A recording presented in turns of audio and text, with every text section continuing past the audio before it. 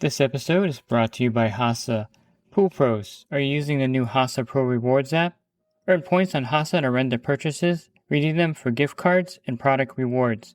Download the free Hasa Pro Rewards app today and get rewarded. By the Bottom Feeder. With their new cartridge filter assembly, now you can vacuum dirt in a pool down to 10 microns. Don't just vacuum the pool, finish it. This episode is brought to you by Skimmer, the #1 pool service software in North America. With Skimmer, you can streamline your schedule, grow your revenue, and keep your customers coming back with 5-star service. Whether you're a one-person operation or an established team, Skimmer is your partner in success. Visit getskimmer.com/poolguy to try Skimmer for free for 30 days. The Pool Guy Podcast Show. The Pool Guy Podcast Show. The Pool Guy Podcast Show.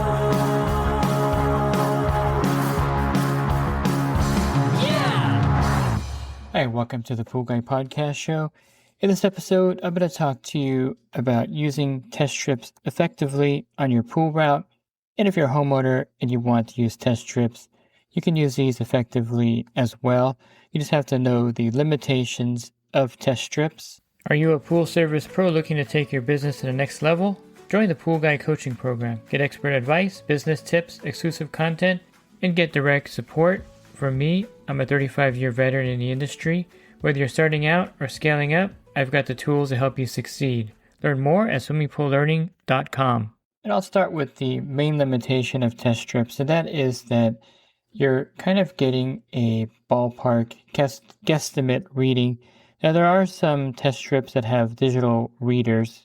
Now, AquaCheck had one a few years ago called the AquaCheck True Test, and it would give you a digital readout from the test strips. I'm not even sure if they manufacture that one still.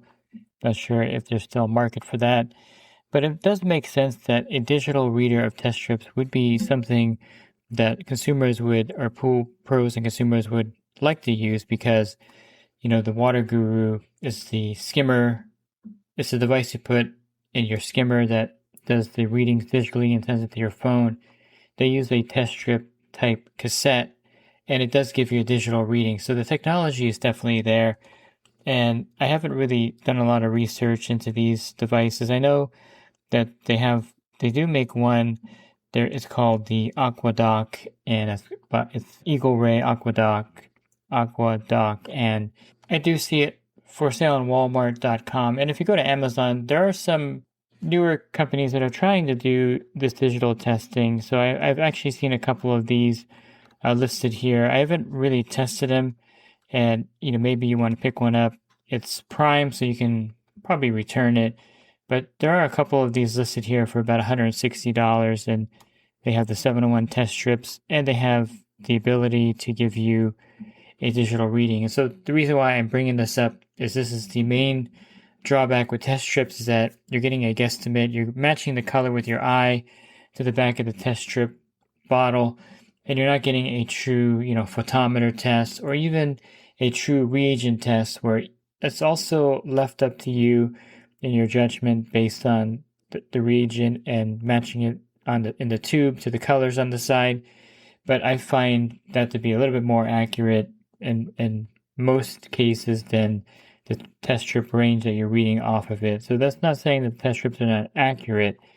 They probably are extremely accurate because they're manufactured with a chemical that's going to give you the reading, but the accuracy is based on how you interpret that reading from the test strip, matching it to the test strip container.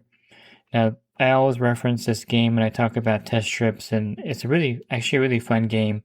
It's called Hues and Cues, and it's basically a color matching game, and it's not for kids, or it's, I guess, for kids too, but it does take some ingenuity because you say one word, and then everyone has to try to figure out the color that you're referring to. So you may say Barney, and there's purple on the board, and everyone gets a chance to see which purple you think Barney is. And so you can see it's a little bit subjective because you say something like, grass, and, people have different ideas of what the green grass looks like. Or if you say Lakers, what purple is actually the Lakers, or maybe it's a yellow. So it's really actually a pretty good game, but it does show that colors are subjective.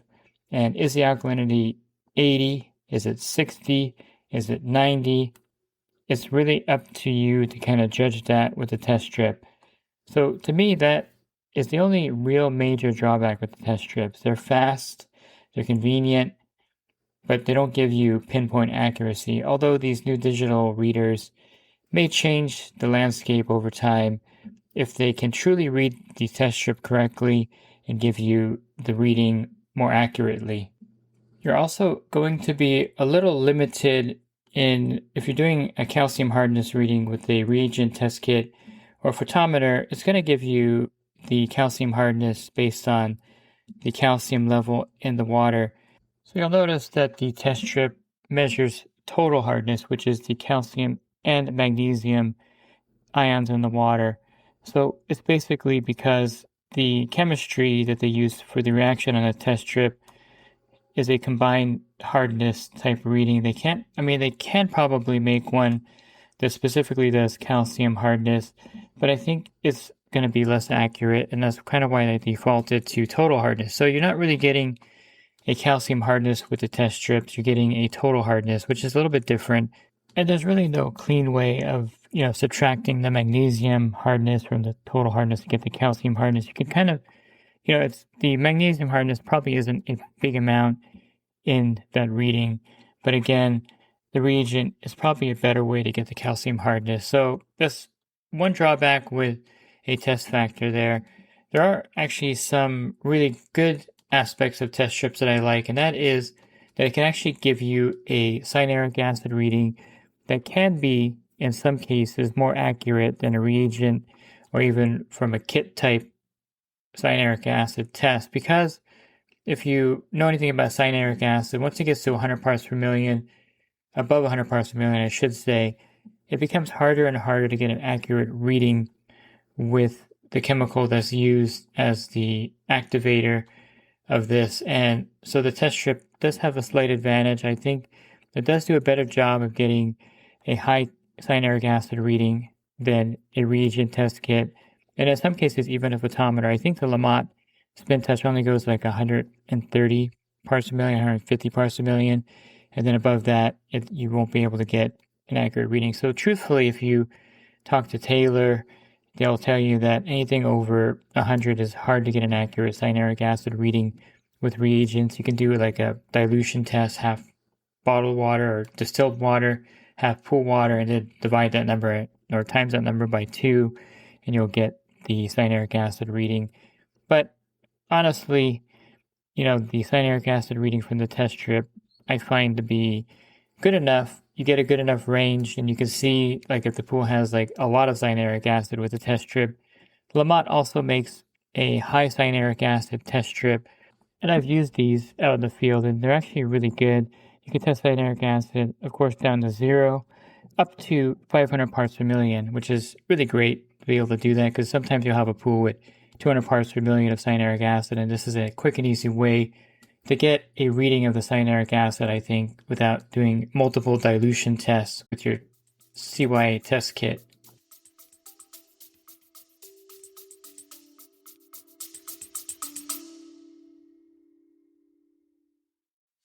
And the Pool Guy Podcast Show has teamed up with UPA to bring you affordable, reliable liability insurance starting at just $64 a month. Get up to $2 million in coverage, and the members of my coaching group get an even lower rate. Protect your business and your peace of mind. Sign up with UPA today by clicking the link in the podcast description. I also like test strips because they can do a number of readings that you can't generally get from a reagent test kit. Some photometers can do these readings, so there's going to be some duplication with photometers, but a lot of times the test strips come in handy if you don't have a photometer that does these. So there is that this is kind of good to have these test strips outside of your normal reagent test and photometer. The Color Q2X Pro 9 would be one that I would lean towards if you wanted to get copper and iron readings. That if you don't want to use test strips for that, they come in handy.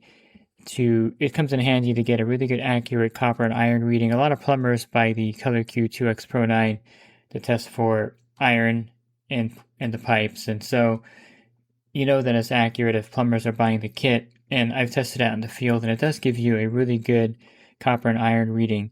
But of course, the kit's like $300, and test strips are a lot more affordable. So you can definitely get copper test strips and iron test strips. And I find these to be somewhat accurate because the color will be darker if there's more metal and lighter if there's less metal in the water.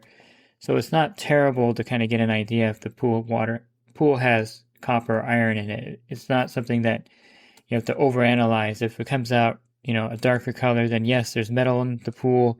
How much copper and iron, you wouldn't know unless you're using a photometer like the Color Q2X Pro 9. The Lamont Spin Touch also does copper and iron, so you can use that as well. I don't think any of the test kits from reagent test kits, from my knowledge, do nitrates. So if you suspect that the pool has nitrates, you will have to get nitrate test strips to test that. The only one I think that does that is the Pool Lab 2.0, but I tried to get the nitrate powder shipped to the US, and for some reason they don't ship it. So I couldn't actually use my Pool Lab 2.0 to test for nitrates, so they couldn't get the nitrate powder sent over to me.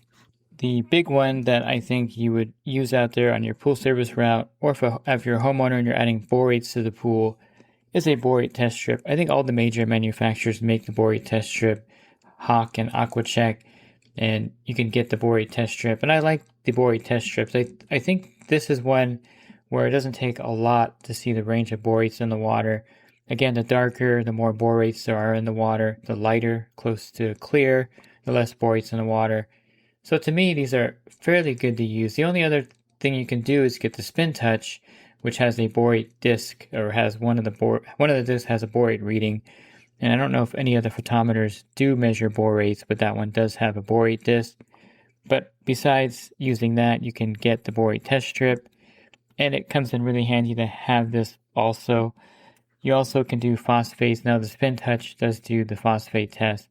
There's also phosphate kits you can buy, but I think the phosphate test strips are really good enough to test for phosphate levels, because you're truly testing, micro amounts of phosphates. They're measuring in parts per billion.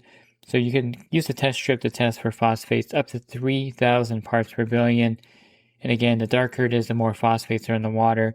And you just have to treat the phosphates. I don't think it really matters if there's 400 parts per billion or 700 parts per billion of phosphates. I think it does matter if there's 2,000 parts per billion of phosphates in the water versus 700 parts per billion. So the range is pretty big, and I think phosphate test strips are good enough out there. Now here's one test strip that I just don't like, and I would rather you get a digital meter for this. And this is the salinity test strips. I have a hard time with these test strips. I think I've used the AquaCheck ones the most. I don't like them because I just feel like it's hard to get an accurate salinity reading. I've used the Hawk ones as well, and I don't think they're so any better technically. It's just because I think the salinity in the water is hard to measure with the test strip, and a digital meter from Hawk or from Lamont would be my choice for you. That way you can get an accurate salinity reading if you have saltwater systems. It also should do TDS in a lot of cases, so it comes in handy to have a TDS and a salt meter. It does conductivity sometimes. Some of them will do conductivity. I think all of them will probably do salinity, conductivity, and total dissolved solids. I don't really use conductivity, but it's there. But the salinity one is what you're really focused on with saltwater pools. And I would recommend a digital tester. They have cheap ones on Amazon too. I'm not sure how those work, but I really lean towards the major manufacturers for the salt testers, just for the fact that they're more robust, they last longer, they don't need to be calibrated as much, and they seem to be very accurate in my opinion. So the salt test strips are available, sodium chloride test strips, but I don't recommend them. I think they are more trouble than they're worth, and that'd be one test strip that I don't recommend. But you're going to find, of course, test strips that will do free chlorine and total chlorine. I find that to be pretty accurate, by the way, the free chlorine and total. If you can read that and kind of get good at it, you can actually see if there's combined chlorine in the pool with the test strips that do the test for free chlorine and combined chlorine. So I find that to be helpful out there in the field. You can also, of course, use these for bromine and for pH, total alkalinity, the calcium, the total hardness, I should say, sorry, and the cyanuric acid. Those are kind of like the basic 7-in-1 test strips you buy out there. And you can get all those readings by dipping it in once and then matching it up to the side of the bottle. Why I like test strips out in the field is that they're quick and easy, because if you're in a pinch and you're in a rush, or if it's raining or drizzling out, you can just use that and get a reading in the pool and kind of get by that week with the test strip. I think they're pretty good for spas as well. You have to kind of get the ones that are rated for spas, because the heat of the spa does affect a regular test strip, in my opinion. So if you are using it for hot tubs, get the ones that are marked spa. And I think they have a little bit of a different formula for the heat, and dip those in there and you can get a pretty good reading from a spa as well. So they come in handy for hot tubs. They're really easy to put in there and get a reading. And if you, of course, want to get a more accurate reading, you would want to use a photometer, maybe every other week, or use the Taylor reagent test kit to get accurate readings. And do you need like spot on accurate readings all the time? Well, if you're doing commercial pools, yes. But if you're doing residential pools, I don't think you're going to need to do a photometer every week in that pool, unless it's a new startup and you want to make sure everything is balanced. But you can get away with test strips using those on your route, along with a photometer and a reagent test kit.